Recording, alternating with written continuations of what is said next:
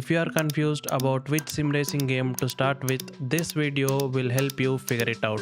There are too many options out there right now, and picking the wrong one as a beginner can waste your money and kill your motivation before you even get going. I have actually played and tested all 5 games I am going to talk about: GT7, F125, Assetto Corsa Competizione, and Assetto Corsa EVO. The best game isn't the same for everyone. It depends on where you are starting from, and that's exactly what this video breaks down. Before we get into games themselves, I want to explain how I am looking at them. Because when you search for the best sim racing game, you'll usually get a list of most realistic or most popular games, but that's not really helpful if you are a complete beginner. For example, giving a first time sim racer Assetto Corsa Competizione and telling them this is the most realistic one, so start here, doesn't necessarily mean they are going to have the best experience. And that's where I think the starting point matters.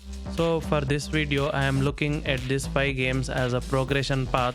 We are starting with the easiest and most beginner friendly option, and then gradually moving towards games that demand more from you as a driver. So let's start with the game I'd recommend to someone who is completely new to this. First up, we have Gran Turismo 7. GT7 is available on both PS4 and PS5. If you are someone who has never really played a proper racing game before, this probably is the easiest place to start out of these 5. The biggest reason is how accessible the game is. You can pick a controller and immediately start driving. You don't need to understand things like braking bias, tire temperature, suspension settings, or complicated car setups just to have fun.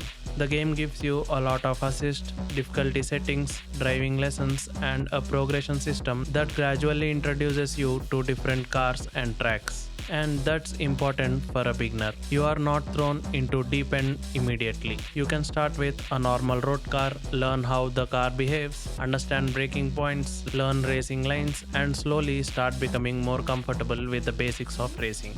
If you don't own a wheel yet, you can still have really good experience with GT7.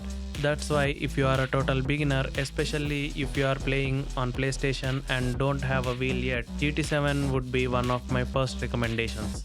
It's also a great game if you are not sure whether sim racing is even for you. You can start relatively casually, learn the basics, and then decide whether you want to invest in a wheel and pedals later.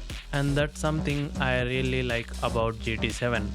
It doesn't force you to commit to sim racing on day one. You can grow into it.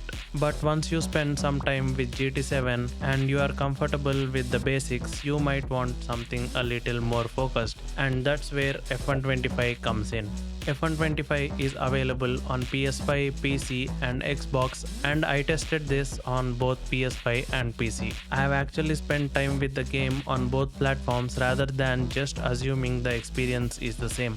If GT7 is easy entry point, I would look at F125 as a good second step. The reason is that it still gives you plenty of accessibility, but it starts pushing you a little closer towards proper sim racing mindset.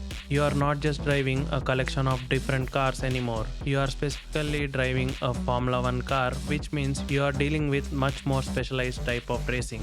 You have to think more about braking zones, throttle control, curbs, tire management, racing lines, and consistency. And because you are driving a F1 car, small mistakes can become very obvious.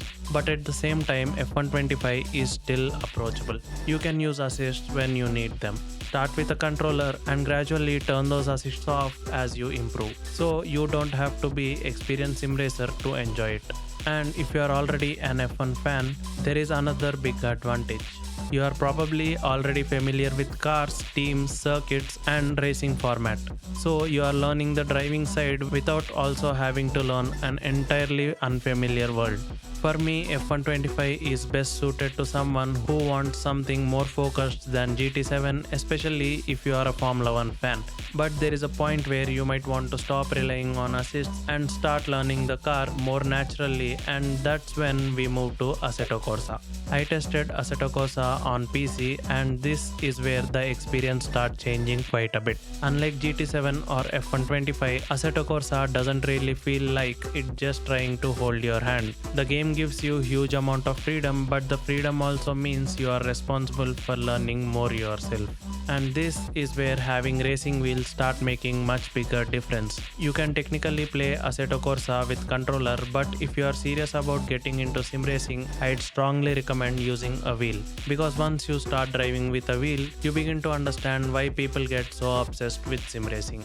But there is another massive reason why Assetto Corsa is still so popular, and that's the modding community. On PC, Assetto Corsa has enormous amount of community-made content, cars, tracks, championships, graphics, weather systems, and all kinds of additional content that can completely change the experience. And that's something that makes Assetto Corsa incredibly flexible. You can keep the experience relatively simple, or you can turn it into something much more advanced. And that's why Assetto Corsa is such an important game in the sim racing world. But there's a catch. Because of that freedom, it can also be a little bit overwhelming for the beginners. You have to figure it out which mods are good, which settings to use, how to configure everything, and how to actually get the most out of the game. So I wouldn't necessarily recommend Assetto Corsa as a very first time game for someone who never raced before. But if you have already spent some time with GT7 or F125, you have got a wheel and you are ready to move beyond more beginner friendly experience, Assetto Corsa is a fantastic next step. And if you want something even more focused and polished, then we get to Assetto Corsa Competizione. I tested ACC on a PC, and this is where things become much more focused, because unlike the original Assetto Corsa, which tries to give you a little bit of everything, Assetto Corsa Competizione has a very specific focus, and that's actually one of the biggest strengths. You are not jumping between completely different type of cars and racing disciplines. ACC is built around GT racing, with a strong focus on GT3 and GT4 style racing. That means the entire game is designed around giving you more detailed and structured GT racing experience. And compared to the original Assetto Corsa, ACC feels more polished as complete racing package. And once you start getting into longer races, things like tire strategy, fuel, pit stops, and consistency becomes much more important. But this also means ACC is more demanding. If you make a mistake, the game isn't going to save you. You need to understand how the car behaves, where the grip is, how aggressively you can attack curbs, and how to brake consistently. And this is where I would definitely recommend a racing wheel. But if you are buying ACC specifically because you want to get into serious sim racing, a wheel and pedals are going to make much more sense. So who is ACC for? I'd say it's for the person who have really gone through the beginner stages and now thinking, okay, I actually want to learn how to race properly. If you want to focus on GT racing, improve your consistency, learn racecraft, and eventually compete online, ACC is a really strong choice. But there is one more game in this list. This is the newest game on the list, and right now it's available on PC through early access. I tested EVO on PC. The reason I put this game at the end isn't simply because it is the newest game, it's because of what it's trying to become. EVO is being developed as much more modern sim racing experience with a strong focus on driving physics, detailed cars and tracks, and a border driving environment. And if you have already spent time with games like Assetto Corsa and ACC, you can start appreciating what EVO is trying to do. But there is something important you need to know before you buying it. It's still in early access. That means the game is still being developed and the experience isn't as complete or as stable as a finished game. There have been updates improving things like physics, multiplayer, performance, and content, but you are still essentially buying into an ongoing development process. So I wouldn't recommend ACEVO to someone who just started sim racing and expects a completely finished and polished experience. You are going to have a much better time if you are already understand sim racing and you are willing to deal with some rough edges while the game continues to develop. It's less about being the easiest game to start with and more about being a game you can grow with as it develops. So coming back to the question we started with, what is the best sim racing game for a beginner? The answer really depends on where you are starting from.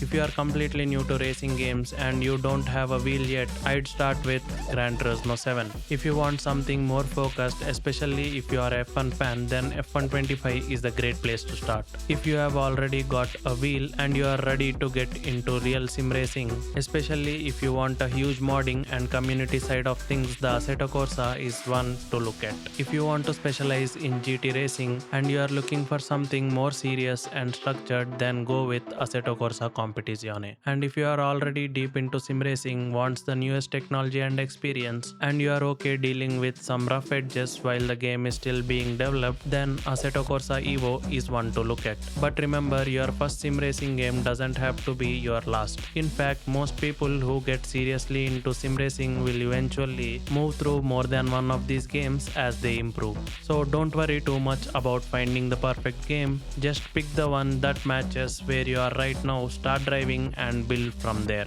If this video helped you figure out where to start, consider subscribing to the channel. I am posting more videos like this to help you get into sim racing the right way. And let me know in the comments which one you are starting with.